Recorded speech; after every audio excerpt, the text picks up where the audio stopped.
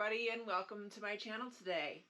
Today we're taking a break from the Culinary Bootcamp content and we're going to be making candy corn from scratch. So let's get started. Alright, candy corn. Lots of people say they hate it. However, about 95% of consumers say that they purchase it every year around the holidays. So people can't be really hating it that much. October 30th is National Candy Corn Day. Candy corn was created in 1888 by the Goelitz Confectionery Company, now called the Jelly Bean Candy Company. When candy corn was first made, it was called chicken feed, and the boxes were illustrated with a colorful rooster logo and a tagline that read, "Something worth crowing for." There is more than 17,000 tons of candy corn produced every year. Candy corn remained unchanged in the way it was made for at least the first 100 years, and it was made by hand. Now it is made by machinery, like almost all other candy on the market.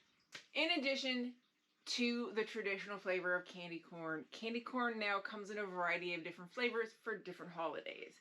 You can get peppermint flavored, you can get pumpkin spice flavored, you can get red velvet flavored, and fruit punch flavored. Depending on where you live, you may also have access to the following strange flavors, which include hot dog, hamburger, green beans, roasted turkey, and stuffing. I'm guessing that those were the flavors for Thanksgiving. They do make flavors for other holidays, and those holidays include Christmas and Valentine's Day, and of course Easter. Opened packages of store-bought candy corn can last stored properly away from heat and light in a sealed container for up to 3 to 6 months.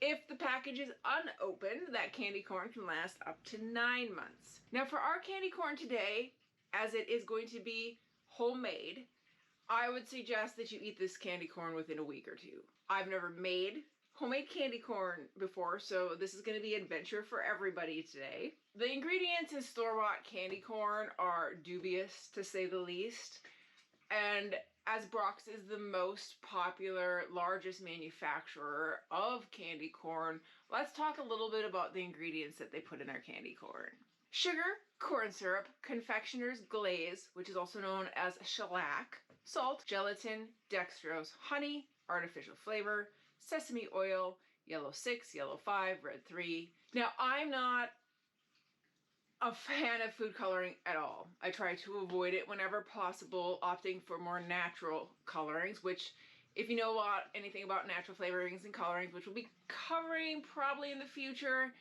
they do not always come from a source that seems natural to most people. However, I did manage to get some natural food coloring. The food coloring that I'll be using today will be this Watkins No Artificial Colors food coloring, and their colorings are made with spices and vegetable juices. The original ingredients in candy corn was fairly limited compared to what is in them today. And it included sugar and fondant, corn syrup, vanilla flavoring, and marshmallow cream. Now, I couldn't find any information on how they used to color the original candy corns, but I don't think it was the same way that they color today. With all that said, it's time to get to making the candy corn. So the first step is you'll want to collect all of your ingredients. And in this case, this is confectioner's sugar, non-fat dry milk, kosher sea salt, granulated sugar, light corn syrup, water, unsalted butter, vanilla extract, and as mentioned, the food coloring. So I'm actually skipping the salt today because I did not have unsalted butter on hand, so I'm just going to leave the salt out. Once you have your ingredients, you want to assemble all of your tools. Today's tools include a scale or measuring spoons, a silicone spatula, a candy thermometer, a bench scraper, a prepared sheet pan, a food processor or sifter, gloves, and a saucepan. Now, I won't be using a food processor. I'm going to be using an attachment that will kind of simulate this. I'm going to use an attachment that will kind of simulate the same thing. You can also use a sifter. The whole goal is to get the big lumps out, make sure that it's a smooth mixture before you start adding the other ingredients. I opted not to use my silicone baking mat today because my silicone baking mats are kind of trash right now. So I'm going to try to see if saran wrap will be an adequate replacement. There is a chance that it's going to stick all over everything and not be as easy to use as silicone. But we'll see, because honestly, when it comes to following recipes, sometimes you just don't have the thing you need in the kitchen, or it's an inconvenient thing to try to use at the time. And so I'm always trying to improvise, I guess. And so today is an improvisation day. Not only am I replacing some of the ingredients as with the food coloring, I do not have orange food coloring, so I'm going to be trying to make it out of some red and yellow. In addition to that, this recipe today has been divided in half. The recipe will be in the description below. It is a recipe from Alton Brown and the Food Network channel. All right, so let's get to stirring together some of these ingredients and hopefully not making a sticky mess. The first step is to combine the confectioner's sugar, the dry milk, and if using the salt in a food processor, pulse for 4 or 5 minutes until the mixture is smooth and well combined, and then set that aside. Combine the granulated sugar, the corn syrup, and water in a 2-quart sauce pot. Place over medium heat, cover, and cook for 4 minutes. Add the butter, clip on the candy thermometer, and bring the sugar syrup to 230 degrees Fahrenheit or 110 degrees Celsius for 1 to 2 minutes. Remove from heat and then remove the thermometer. Add the vanilla and the dry mixture and stir continuously with a silicone spatula until well combined. Pour onto a half sheet pan lined with a silicone baking mat or parchment paper. Cool for 10 to 15 minutes until the mixture is cool enough to handle.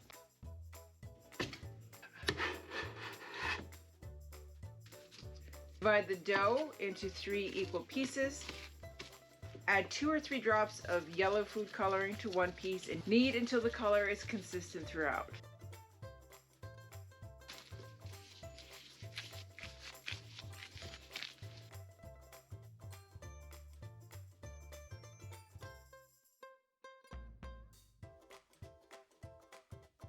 Ugh.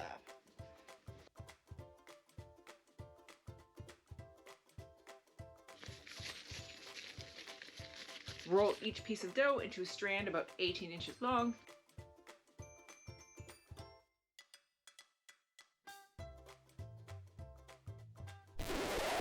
Well, that's enough of that. First of all, I seem to have lost the last of the content for this video, which is probably for the best. As you can see, I was struggling quite a bit with the stickiness of the candy corn dough. I do believe that was because I used a liquid food coloring instead of a gel food coloring, which incorporated more moisture into the dough than was probably good for it. So that's a fail. Certified fail. I just wanted to point out that the Goelitz candy factory was not the first company to create candy corn, nor was the founder of it the first individual to make candy corn. It's not super clear who started making candy corn first, and history.com says that the origins are a bit iffy. So the second candy company that I want to give credit to for coming up with candy is the Wonderly Candy Company in Philadelphia. And it was an employee named George Renninger who is credited with coming up with the candy sometime in the 1880s. And as mentioned, it was the Goelitz candy factory that made candy corn become popular, but they were not necessarily the people who came up with it. Anyway, I apologize for this fail of a video, but you know what comes from failure is learning. One reason I think it's important to make videos of my failures is that I want to illustrate that it's not always easy to follow recipes online, even for somebody with a background in cooking. And experimentation, which is what I did with this recipe, doesn't always turn out well, even with the best intentions. So I hope you learned something from this video today, or enjoyed it. Maybe you got entertained. I don't know. I hope you liked it anyway. Thank you for stopping by my video today. And as always, have a wonderful day. Oh, but you know what comes from failure is learning, and I learn a lot sometimes.